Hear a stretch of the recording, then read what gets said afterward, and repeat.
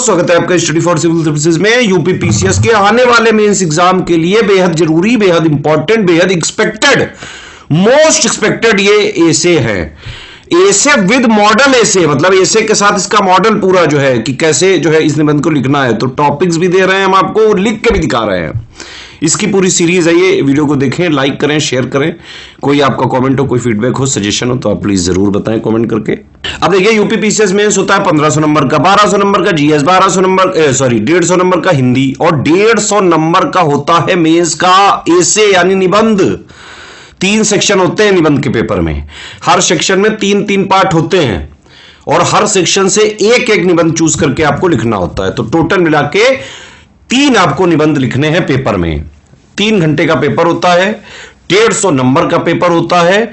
इसमें टारगेट रखें कि कम से कम 100 के आसपास आपके निबंध में नंबर आने ही चाहिए, नहीं तो रैंक काफी ऊपर नीचे हो सकती है। और यह बिल्कुल किया जा सकता है अगर आपने एसे की इंटेंसिव राइटिंग प्रैक्टिस करी हो। देखिए, मेंस के एग्जाम से पहले आप कम से कम हर सेक्शन के जो जो टॉपिक्स हैं उसके 2-2, 3-3, 4-4 निबंध लिख के ही जाएं, अदरवाइज वहां पे नहीं चलता है। कीवर्ड्स नहीं समझ में आते हैं, कहां से इंट्रो चालू करें, कहां बॉडी में क्या लिखें, कंक्लूजन कहां से दें, कौन सा फैक्ट कहां डालें, कुछ नहीं समझ में आएगा भाई। इसीलिए एसे की इंटेंसिव राइटिंग प्रैक्टिस बेहद जरूरी है। मेंस का एक्चुअली जो 1500 नंबर है ना भाई, उसमें एक एक नंबर जरूरी है। तो चाहे वो एसे हो, चाहे हिंदी हो, चाहे जीएस हो, एसे वाले में भाई 100 नंबर लाने ही पड़ेंगे। ठीक है, इंटेंसिव राइटिंग प्रैक्टिस करके ही जाइए। मेंस के एसे का इंटेंसिव राइटिंग प्रैक्टिस हमारा जो है ग्रुप चल रहा है, पेड ग्रुप चल रहा है पूरा। हर एक सेक्शन में जो 3-3 पार्ट है ना, तो यानी कि टोटल मिला के 9 टाइप के एसे पेपर में आते हैं, जिसमें से 3 आपको करने पड़ते हैं। तो इन 9 टाइप के हम 4-4 एसे, जो जिस तरह के निबंध पूछे गए हैं अभी तक यूपीपीएससी आयोग ने यूपीपीसीएस एग्जाम में, उस तरह के निबंध मोस्ट एक्सपेक्टेड, मोस्ट इंपॉर्टेंट और प्लस उसको करंट से लिंक करके, जो लेटेस्ट स्कीम्स है उन सब से लिंक करके हम 36 ऐसे प्रैक्टिस करा रहे हैं। इंटेंसिव प्रैक्टिस इसमें चल रही है हमारे ऐसे राइटिंग वाले ग्रुप में।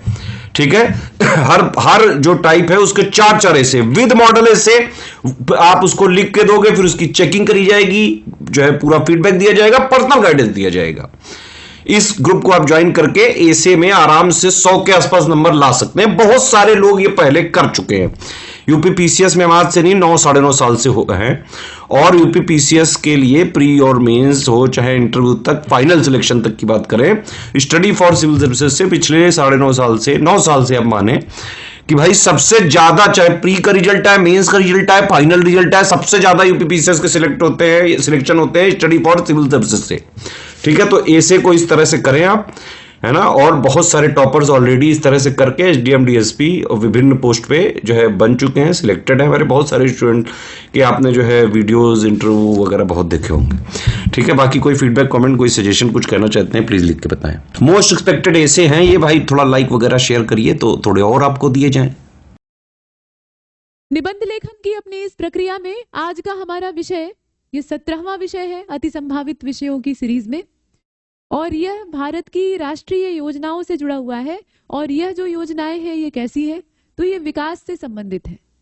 राष्ट्रीय विकास योजनाएं, हर देश अपने विकास के लिए, अपने उन्नयन के लिए, अपनी अर्थव्यवस्था, अपने समाज के स्तर को आगे बढ़ाने के लिए तमाम तरह की पॉलिसी लाता है, तमाम तरह के नियम उत्पन्न करता है, बनाता है और जनहित के काम करने का, पब्लिक वेलफेयर का भरपूर प्रयास करता है। भारत इसमें आगे ही रहता है हमेशा। तो भारत की जो विकास योजनाएं हैं उस पर चर्चा करेंगे और इसमें भी समावेशी विकास पर हम विशेष रूप से जोर देंगे। तो आइए इसे आरंभ करते हैं। ये है हमारा विषय को आप देख रहे हैं, राष्ट्रीय विकास योजनाएं समावेशी विकास की दिशा में भारत। राष्ट्रीय विकास योजनाएं समावेशी विकास की दिशा में भारत। तो भारत जो है वो समावेशी विकास की दिशा में बढ़ तो रहा है, लेकिन कितना बढ़ा और कितना और बढ़ना बाकी है, क्या क्या उसके सामने चुनौतियां हैं, उस पर भी हम चर्चा करेंगे। तो आप देखें इसमें क्या लिखा जा सकता है। प्रारूप बना लीजिए और प्रारूप के आधार पर शुरू हो जाइए। तो प्रारूप इसका बनेगा कैसे? सबसे पहले तो आप राष्ट्रीय विकास योजनाओं का परिचय दीजिए।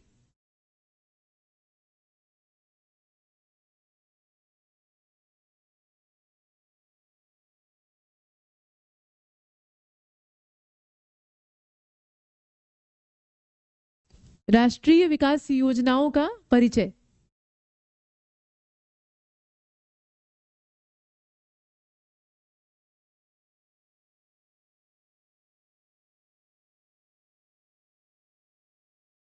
ठीक है, राष्ट्रीय विकास योजनाओं का परिचय। दूसरा, आप इसमें ये बताइए, मतलब ये बताएंगे कि राष्ट्रीय विकास योजनाएं होती क्या है, इनका उपयोग क्या है, उद्देश्य क्या है। उसके अलावा आप इसमें ये जोड़ सकते हैं कि केंद्रीय योजनाओं का दायरा क्या है। केंद्रीय योजनाओं के आयाम।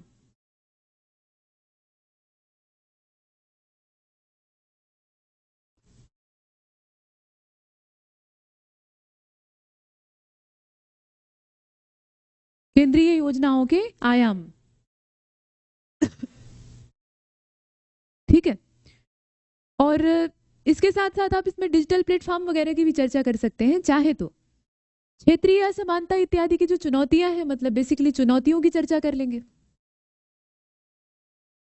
चुनौतियां, और अंत में समावेशी विकास के संदर्भ में निष्कर्ष निकाल देंगे।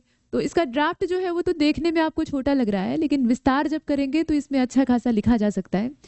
जैसे कि, और अच्छा खासा मतलब 700 शब्दों के ही आसपास रहकर आपको लिखना है, बहुत ज्यादा फैलाना नहीं है। तो आप इसमें लिख सकते हैं कि राष्ट्रीय विकास योजनाएं किसी भी देश के सामाजिक आर्थिक, न सिर्फ आर्थिक बल्कि सामाजिक दोनों को बेहतर बनाने के लिए बनाई जाती हैं।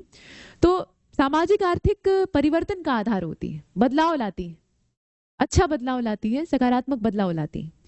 भारत में योजना आयोग से लेकर नीति आयोग तक विकास योजनाओं का उद्देश्य आर्थिक वृद्धि के साथ सामाजिक न्याय और समावेशन को सुनिश्चित करना है। सामाजिक न्याय और समावेशन, ये दोनों ही सुनिश्चित करना भारत जैसे देश का उद्देश्य है। केंद्रीय योजनाएं जो होती हैं उनके अपने आयाम होते हैं, अपने क्षेत्र होते हैं, एक जैसे क्षेत्र नहीं होते हैं। बहुतेरी केंद्रीय योजनाएं हैं तो उसी हिसाब से उनके बहुत से बहुरंगे क्षेत्र हैं, जिसमें कि बहुत दायरे होते हैं। गरीबी उन्मूलन के लिए कोई चल रही है, कोई जो है वो शिक्षा और स्वास्थ्य को बेहतर बनाने के लिए चल रही है, कोई जो है वो महिला सशक्तिकरण के लिए चल रही है, कोई ग्रामीण विकास पर केंद्रित योजना है, समाज के वंचित वर्गों को बेहतर बनाने के लिए, उनके जीवन स्तर को सुधारने के लिए चल रही है। तो इस तरीके से हर केंद्रीय योजना का अपना एक उद्देश्य होता है। तो बहुआयामी केंद्रीय योजनाएं होती हैं, तो उनके अलग अलग आयामों की चर्चा यहाँ पर करेंगे। ठीक, मतलब समाज के उन्नयन के लिए जितने क्षेत्र संभव हो सकते हैं उन सब पर केंद्रीय योजनाएं काम करती हैं, उन सबको थोड़ा थोड़ा करके डिस्कस करेंगे, मतलब चर्चा करेंगे। निबंध में आप अपनी मेन बॉडी जो निबंध की है उसमें लिखेंगे। और उसके बाद आप चुनौतियों की चर्चा करेंगे। चुनौतियां क्या, चैलेंजेस हैं। तो चुनौतियां सबसे बड़ी तो ये है कि क्षेत्रीय असमानता है, भारत में एक समान क्षेत्रीयता नहीं है। क्रियान्वयन में बाधाएं आती हैं, योजनाएं बना तो देते हैं और बड़ी स्वर्णिम योजनाएं बनती हैं, सुनकर और देखकर ऐसा लगता है कि बस अब ये तो देश का कल्याण कर ही देगी। लेकिन असल में जब हम उसे इम्प्लीमेंट करते हैं, क्रियान्वित करते हैं, तो बीच में इतना ज्यादा उसमें घपला होता है, इतना ज्यादा भ्रष्टाचार की स्थितियां बनती हैं। और दूसरी बात, योजना कितनी व्यवहारिक है, किताबी स्तर पर तो सुनने में बहुत अच्छी लग रही है, लेकिन जमीन पर धरातल पर उतारी जाएगी, क्रियान्वित की जाएगी, तो उस समय उसे क्रियान्वित करने में क्या क्या क्षेत्रीय बाधाएं आएंगी, तात्कालिक स्थितियां परिस्थितियां बनेंगी, वो कोई नहीं जानता है, उसका आकलन पहले नहीं होता है, तो वो तमाम समस्याएं आती हैं। मतलब बनती है योजना किसी और नजरिए से और लागू करते समय उसमें तमाम तरह की बाधाएं उत्पन्न होने लगती। तो केवल योजना का निर्माण ही नहीं आवश्यक होता है, उससे ज्यादा, उससे कहीं ज्यादा आवश्यक है उसका प्रभावी क्रियान्वयन। अगर हम योजना को सही तरीके से क्रियान्वित ही नहीं कर पाए तो फायदा ही क्या है, किस काम की योजना है ना। तो उस चीज को भी इसमें जोड़िए। और अंत में लिखिए कि समावेशी विकास ही भारत की सारी समस्याओं का समाधान है। समावेशी विकास से भारत में दीर्घकालिक स्थिरता और सामाजिक समरसता दोनों आएगी। दीर्घकालिक स्थिरता भी आएगी और सामाजिक समरसता भी आएगी। तो इस तरीके से आप इस निबंध को पूरा आकार दे सकते हैं और इसमें बेहतर तरीके से लिख सकते हैं। देखिए एक चीज है राष्ट्रीय विकास योजनाओं में, अब इसमें आप देखें निबंध की जो मेन बॉडी है राष्ट्रीय विकास योजनाओं से संबंधित, तो विकास की जितनी परियोजनाएं योजनाएं सरकार द्वारा चलाई जा रही हैं उनमें से कुछ के नाम भी यहाँ आप गिनवा सकते हैं। ठीक है, केंद्रीय योजनाओं के जब हम आयामों की चर्चा कर रहे हैं तो ये वाला जो बिंदु है इसमें हम क्या कर रहे हैं, इसमें हम असल में योजनाओं के विविध क्षेत्रों की बात कर रहे हैं कि मतलब शिक्षा के क्षेत्र में कौन चल रही है, गरीबों के उत्थान के लिए कौन सी चल रही है, किसानों की बेहतरी के लिए कौन सी चल रही है, महिला सशक्तिकरण के लिए कौन सी चल रही है, वृद्धों के लिए कौन सी चल रही है ना। तो हर क्षेत्र में चलने वाली कुछ प्रमुख योजनाओं का नाम लेकर और उनके संबंध में थोड़ा थोड़ा आप बताएंगे। कुछ प्रमुख योजनाओं को चुनेंगे हर क्षेत्र से, चाहे तो उनका भी यहाँ थोड़ा थोड़ा जिक्र कर सकते हैं छोटे दायरे में। और इससे क्या होगा, आपके जो निबंध की मेन बॉडी है वो और ज्यादा प्रचुर मालूम होगी और बेहतर दिखाई देगी। तो ये आप कर सकते हैं, इससे आपका निबंध बहुआयामी हो जाएगा। राष्ट्रीय विकास योजनाओं के संबंध में अगर किसी का कोई वक्तव्य है, कोई स्टेटमेंट है, तो उसको भी आप अपने निबंध में डाल सकते हैं, जिससे आपका निबंध ज्यादा विचारोत्तेजक हो जाएगा और ज्यादा प्रभावशाली हो जाएगा। एक चीज हमेशा ध्यान दीजिए, प्रस्तावना जो है वहां पर किसी दूसरे के शब्द या दूसरे के वाक्य उद्धरण का प्रयोग करना ये फायदेमंद रहता है, ये आपके निबंध को सदैव आकर्षक बनाता है। लेकिन उपसंहार यानी जो अंतिम पैराग्राफ होता है, आखिरी एकदम पंक्तियां होती हैं, वहां जाकर कोई बाहरी उद्धरण, बाहरी काव्य या बाहरी वक्तव्य आपको इस्तेमाल नहीं करना चाहिए। वहां आपके निजी विचार ही काम करते हैं और उन्हीं पर आपको अच्छे नंबर मिलते हैं। तो निष्कर्ष जो आप देख रहे हैं ना, वहां पर आपको अपनी ओर से कुछ सुझाव देना चाहिए कि जो राष्ट्रीय विकास की योजनाएं हैं बनती तो बहुत अच्छे तरीके से हैं, लुभावनी योजनाएं होती हैं, लेकिन जब धरातल पर आती हैं तो उनका अच्छा आउटपुट हमें नहीं मिल पाता है। तो उनको बेहतर तरीके से लागू करने के लिए, उनके बेहतर क्रियान्वयन के लिए, उन्हें एक सार्थक स्वरूप देने के लिए हमें क्या करना चाहिए। मतलब एक नागरिक की हैसियत से आप सोचकर बता सकते हैं, एक प्रशासक के दृष्टिकोण से, चूंकि योजनाओं को लागू करने का जो दायित्व है वो तो एक प्रशासक का ही होता है ना।